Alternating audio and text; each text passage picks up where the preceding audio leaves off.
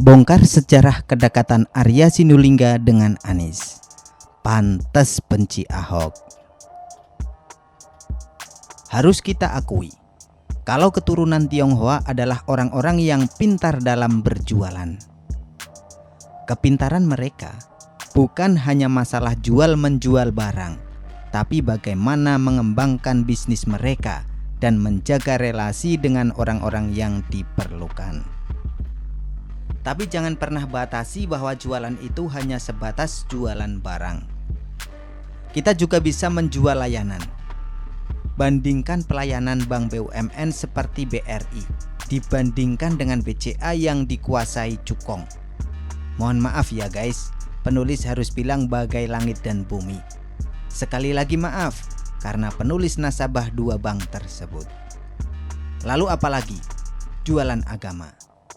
Kita punya Ustadz Felix Kwitiau yang adalah keturunan Tionghoa. Jualan agama Felix di media sosial paling laris dibandingkan ustadz lainnya.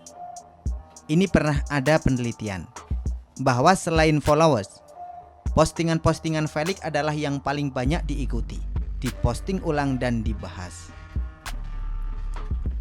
Kehebatan keturunan Tionghoa dalam bisnis karena sikap mereka yang fleksibel dan cepat beradaptasi dengan kondisi apapun. Pada era Orde Baru, di mana diskriminasi terhadap etnis Tionghoa begitu marak, tapi pada saat yang sama banyak pebisnis Tionghoa yang mencapai puncak kejayaannya. Bahkan karena saking fleksibel, pindah agama termasuk jalan yang akan ditempuh sebagai keturunan Tionghoa demi mengembangkan bisnisnya. Deddy Corbuzier contohnya, raja podcast di Indonesia, yang harus kita akui pengaruhnya di dunia media sosial ini begitu besar. Lalu ada bos JNE dan masih banyak lagi. Pebisnis Tionghoa yang mencapai puncak pada era Soeharto, salah satunya adalah Heri Tanu. Saat diskriminasi terhadap etnis Tionghoa marak, Heri Tanu malah nasib kebalikannya. Beliau melakukan relasi hingga ke puncak kekuasaan pada era itu, yaitu Soeharto, melalui anaknya Bambang Trihatmojo. Kedekatan tersebut semakin retak setelah rezim silih berganti, dan berbagai sengketa rebutan hak milik pun terjadi antara Heri Tanu melawan anak-anak Soeharto. Yaitulah bukti fleksibel beliau sebagai keturunan Tionghoa. Pada tahun 2014, Partai Perindo milik Heri Tanu mendukung Prabowo. Lalu pada 2017, mereka deklarasi mendukung Anies dan melawan Ahok yang sama-sama keturunan Tionghoa. Pada 2019, Perindo balik arah dan mendukung Presiden Jokowi. Ini panjang ceritanya dan termasuk ke dalam strategi Jokowi memecah koalisi Prabowo sejak awal menjadi presiden pada 2014. Pada 2019, Perindo mengirim Arya Sinulinga sebagai tim sukses untuk pemenangan Jokowi. Hal ini karena kedekatan beliau dengan Erick Thohir yang merupakan ketua tim sukses Jokowi saat itu. Maka ketika Jokowi menang, Arya diangkat menjadi staf sus Erick Thohir.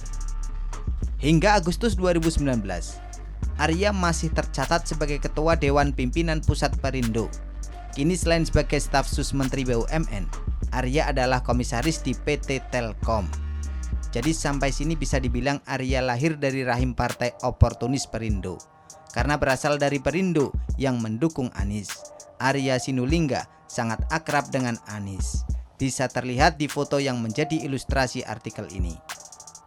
Oleh karena itu, ketika perseteruan dengan Ahok, banyak kadrun ikut serta membuli Ahok dan mendukung Arya.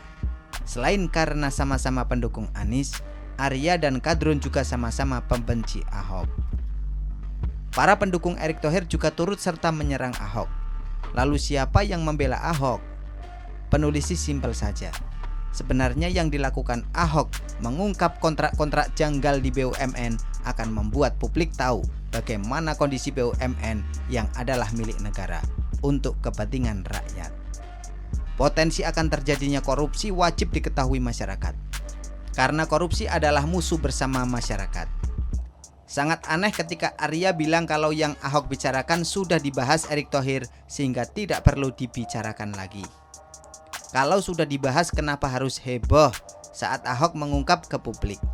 Seluruh publik harus tahu apa yang terjadi dengan perusahaan BUMN. Itu perusahaan bukan milik nenek moyang Erik atau Arya, sehingga hanya boleh diketahui oleh lingkaran kekuasaan mereka. Milik negara, artinya digunakan untuk kepentingan rakyat. Kalaupun sudah diberitahu ke publik, adalah fakta bahwa Ahok menyampaikan ke publik jauh lebih lugas, sehingga banyak yang paham sekaligus kepanasan, bukan menggunakan bahasa-bahasa politik pencitraan. Arya seharusnya terima kasih kepada Ahok.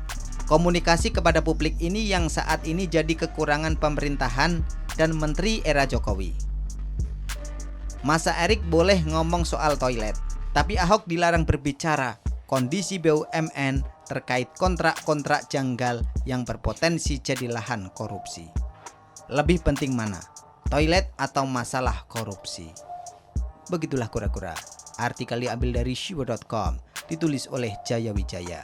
Bagaimana menurut Anda?